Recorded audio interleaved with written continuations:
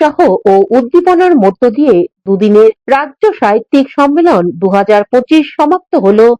বঙ্গীয় সাহিত্যিক অনুসন্ধান ট্রাস্টের পঞ্চম বার্ষিকী পূর্তি উপলক্ষে দুদিনের রাজ্য সাহিত্যিক সম্মেলন 2025 শেষ হল রবিবার। উত্তর 24 পরগনার হাদিপুরের একটি বেসরকারি শিক্ষা প্রতিষ্ঠানের আয়োজিত রাজ্য সম্মেলনের বিভিন্ন জেলা থেকে 2 শতাধিক কবি, সাহিত্যিক, শিক্ষা ও সংস্কৃতি জগতের ব্যক্তিরা উপস্থিত ছিলেন। 27শে ডিসেম্বর শনিবার দুপুরে জাতীয় পতাকা ও ট্রাস্টের পতাকা উত্তোলন এবং জাতীয় সঙ্গীতের মধ্য দিয়ে সম্মেলনের সূচনা হয়। সম্মেলনের মূল পর্বটি তুহিনা হকের উদ্বোধনী সঙ্গীতের মধ্য দিয়ে সূচনা হয়।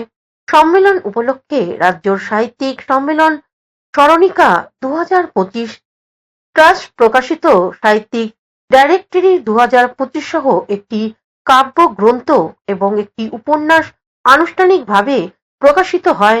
বিভিন্ন জেলা থেকে আগত কবিদের স্বরচিত কবিতার পাঠের পর সাংগঠনিক সভার মধ্য দিয়ে সম্মেলনের প্রথম অধিবেশন শেষ হয়। দ্বিতীয় দিনের সম্মেলনের সূচনা হয় পথশিল্পীর গান ও পথযাত্রার মধ্য দিয়ে।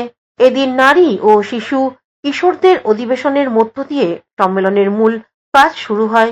এদিন আলোচনা সভার পাশাপাশি সাহিত্য ক্ষেত্রে বিশেষ অবদানের জন্য এবং শিশু কিশোরদের নিয়ে রাজ্যস্তরীয় যে অনলাইন সাংস্কৃতিক প্রতিযোগিতা অনুষ্ঠিত হয়েছিল তার সফল প্রতিযোগীদের শিশু কিশোর সম্বর্ধনা প্রদান হয়। দুদিনের রাজ্য সম্মেলনের অতিথি হিসেবে উপস্থিত ছিলেন ফন্টব্রিজ একাডেমির চেয়ারম্যান মোহাম্মদ কামরুল জামান, প্রাবন্ধিক ও রবীন্দ্র গবেষক অতনু কুমার বসু, জয়দেব মহাবিদ্যালয়ের অধ্যাপক গবেষক ডক্টর বিমল কুমার থানদার, বেতাল নাট্য সম্পাদক রফিউদ্দিন, দৈনিক আপনজন পত্রিকার সম্পাদক জাহিদুল হক প্রমুখ। বঙ্গীয় সাহিত্যিক অনুসন্ধান ট্রাস্টের রাজ্য সম্পাদক এম রহুল আমিন এ বিষয়ে কি জানাচ্ছেন শুনবো।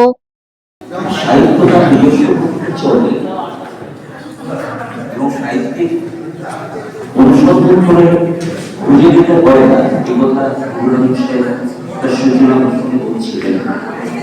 কলকাতা থেকে আব্দুল গাফারের রিপোর্ট, হুগলি আপডেট।